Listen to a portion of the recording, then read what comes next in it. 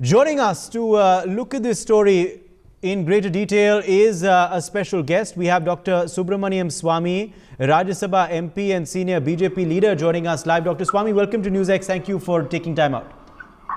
Thank you. Dr. Swamy, how do you view this comment made by Barack Obama on Rahul Gandhi? What's your first opinion?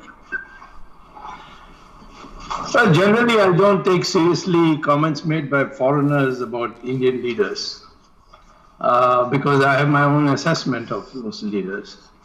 But in this particular case, I've been long before Obama. I have been saying that I've been calling Rahul Gandhi on Twitter by a code name called Buddhu. And so this sort of squares with what Obama has said. It's an extraordinary statement because, generally speaking, politicians, including especially Obama. Obama, by the way, when I had gone back to Harvard to teach as a visiting professor in 85, 86, he was a law student in Harvard Law School. And I have met him also, not then, but after he became president. There was a lunch meeting to which I was invited. He's a very reticent sort of person, and then this book he has written has come in a book review in the New York Times. And for him to say something like this is a kind of indication to the United States politicos that you better write this man off. Yes. Now, nobody can write anybody off in Indian politics, but the fact is that there's a widespread impression in the country, within the Congress party, that under the leadership of Rahul Gandhi, we can't ever make progress. And the mere fact that you have this paralysis as to who should be the president of the Congress party for such a long time, I don't think in the history of the Congress party this has ever happened. So all said and done. And then when it comes to educational qualification, both mother and son have not told the truth about their education. And the certificates they produced have been false. I've proved them to be false. In the case of Sonia Gandhi, the speaker in fact asked her for an explanation, and she said it was a printing mistake or a typing mistake or something like that, and withdrew the claim that she was educated in the University of Cambridge.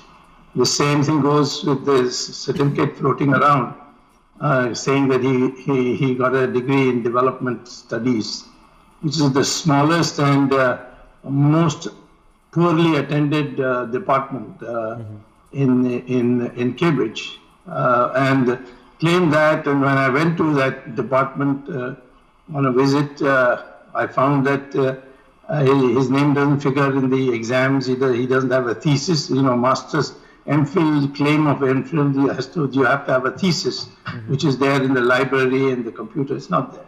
So this whole family has been working on this kind of fraud, and the consequence is that today, in a very crucial juncture, a man like Obama, who is normally very reticent, has come out with this. It must have been a deliberate comment, and I'm of the view that our opinion in India has been long before Obama's. Yes, and we are not influenced by that.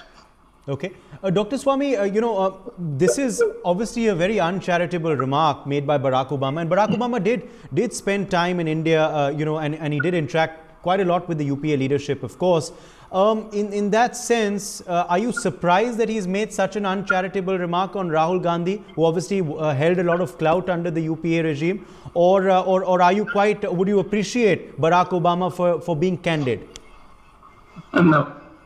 This is not candor. This is a deliberate remark, basically setting the tone for how the US should regard, because there has been a group in the United States, which particularly because of the fact that minorities are allegedly being persecuted in India, that Rahul Gandhi and Sonia Gandhi would be allies. And I think what Obama is doing is probably timing the book in such a way that Biden would know that this is not an option. the Congress party led by by Rahul Gandhi is not an option for the flourishing of democracy in India. That's how he would be doing. This is a deliberate comment. It is not a slip or a casual remark. It is actually a very hurtful comment. Yes. But from my point of view, except that is by a foreigner, and so therefore I disregard it. I have held the same view. I had a very high opinion of his You father. you also believe, Dr. Swamy, that Rahul Gandhi is a student who's eager to impress the teacher. You also believe he has a nervous, unformed quality about him, and he lacks the aptitude or the passion to master the subject. Well, I mean, teacher is the wrong word, according to me. He is out to impress that he is some kind of an intellectual when he's not. And he has made a lot of guffaws. If you go back in the last 5-6 years, you'll see a lot of guffaws. He has said things which, the whole nation laughed at.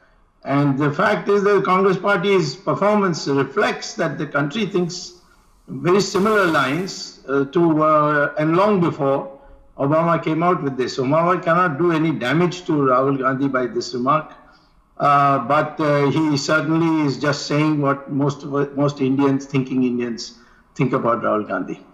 Okay. And Dr. Swamy, at the end of the day, of course, Rahul Gandhi has, as you said, had this impression with you as well. You believe he has this impression with the public of India. But this is an international leader, a former president coming down heavy on him. Is this very embarrassing for the Congress party and Rahul Gandhi? Because there's all this talk of Rahul Gandhi possibly becoming the president once again. His comeback is being talked about once again in Congress circles. But at a time when that could possibly happen, maybe later this year or next year, because Sonia Gandhi has indicated that she wants to give up her interim presidency. Is this very embarrassing? Is this a big thumbs down for Rahul Gandhi internationally, sir? Well, who the Congress party president is a congressman who should decide. I don't think they're going to be influenced by what Obama says, because they're not influenced by what the people in the country have been saying.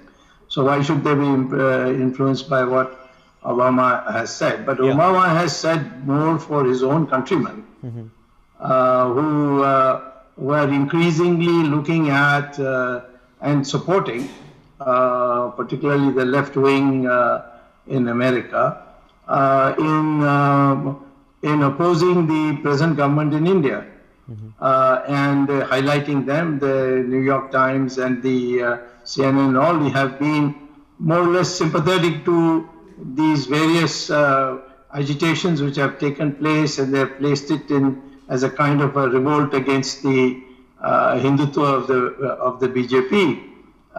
But what this remark tells me is that if the Americans are going to deal with India on a policy basis, they will not place any faith in a Congress led by Rahul Gandhi. Okay. And this is the sum and substance of the operational meaning of what Obama has said. Okay, but he has praised Dr. Manmohan Singh, interestingly. He said that Dr. Singh had a... Everybody praises Manmohan Singh. I praise him. I've known him for long years as a colleague in economics. In fact, I got my professorship at the IIT, full professorship at a very young age of 28, when it was Manmohan Singh was the chairman of the selection committee, and much against the wishes of Mrs. Gandhi and all, he stood firm and saw that I got the job. Not that I could retain the job for much longer, because the board of governors are full of communists and they saw I didn't continue. But Manmohan Singh, he is a good man, and he has not been. He is a man who has been very frank with me also. I've known him for years and years. That he cannot stand up and fight. He has good ideas. If he's left alone, he will do the right thing. But he wasn't allowed. In fact, Rahul Gandhi, you remember, insulted him by tearing up a piece of paper which he had prepared, which Manmohan Singh had prepared for passage in the Congress party. Yeah. So I think Manmohan Singh deserves praise, and he has been very, very, very statesmanlike once he has retired from the prime ministership. Okay. But I don't think that's a matter. He has made, I believe that even about Modi, Yes. Obama has put in one line about whether it was a sarcastic way of putting it or not, I can't say, because that sentence meant nothing. So I would ignore it. Okay. Two last questions before we let you go. One, a larger question now on the Biden presidency. As you're saying, it's no coincidence that these statements come at a time when his former vice president is taking over a charge of the White House. People are wondering how the Biden-Modi relationship will be after a good relationship under Donald Trump. How do you really see relations with the US now proceeding, particularly this Biden-Modi camaraderie, Dr. Swamy? See, I think Modi and his advisors should learn one thing, that relationships are not based on personal chemistry. It's based on interests. And right now, in the present situation, the American interests and the Indian interests are, there is congruence, there is convergence. And there should be a little, all this business of media making out to be strategic alliance, how wonderfully we were being treated by the Americans in a visit. All this must go. We must be much more low-key. And the Obama presidency, we saw Obama come here. And after his visit was over, he made this last speech he attacked us for human rights violation of the minorities. Yeah. It was a very sophisticated way he put it across, but please go and see that. He left the country after saying that we have to make sure that minorities are protected. And so their ideological inclinations clear, but their international interests today are in convergence with the Indian interests, provided we stay firm and we don't flip and flop and try to be friends with everybody and get media attention and nothing else. That's the real problem with the Americans. The Americans are give and take. They want something, they'll give you something. Yes. And you want something, you better give them something. If you follow the give and take principle with the Americans, it doesn't matter who's in power there, you will get your work done. Okay. Final question then. Congress has sprung to Rahul Gandhi's defense. A Congress leader, I think Tariq Anwar, if I'm not mistaken, has come out and said that, these meetings happened long back. Rahul Gandhi has gained a lot of experience after then. He has changed, his personality has developed. How do you look at this Congress defense, Dr. Swamy? So it's a reflection of inferiority complex. What does it matter what Obama says? See, I remember when Carter once came to India, and he expected Morarji to sign the non-proliferation treaty, and he was surprised because Morarji was against very, very strictly against the atom bomb. But he refused to sign. He said, "I can't bind my future generation whether they want to produce the bomb or not." And Carter, not realizing after Morarji, his meeting with Morarji was over, not realizing the microphone hadn't been switched off, he said, "When we get back to India, we will teach this old man with a cold, blunt letter." And every pressman went to Morarji to give a comment. He said, "What does it matter? I have made my position clear. He's made his position clear. What he says, it doesn't matter to me. What the people of India say, that matters to me." So I think the congressman should show some self-respect and not answer Obama for a comment that they don't like.